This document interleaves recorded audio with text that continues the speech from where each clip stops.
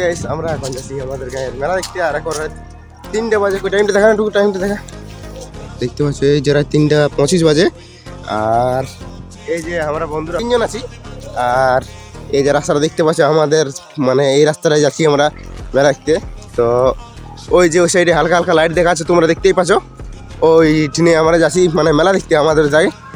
আর এই যে মানে যাচ্ছি আমরা এরকম রাইতে, বুঝতে পারছি তো। তো আন্ধারে আর আমাদের পুরুলিয়ার বিখ্যাত ছৌ নাচ তো হয়, জানো এইটা তোমরা সবাই। আর তোমরা কি জানি দেখা নিচ্ছি বন্ধুরা কীরকম ছৌ নাচটা হচ্ছে এইবারে। মানে এই জায়গায় জায়গাটায় আমাদের ছৌ নাচ হয় প্রতি বছর, মানে প্রতি বছর ভালো হয়, বুঝতে পারছো। সেরকম খাতারনাক ছৌ নাচ হয়, বুঝতে পারছো। আর এবারে যে তোমার দেখা যাবে কীরকম ছৌ নাচটা হচ্ছে, বুঝতে পারছো।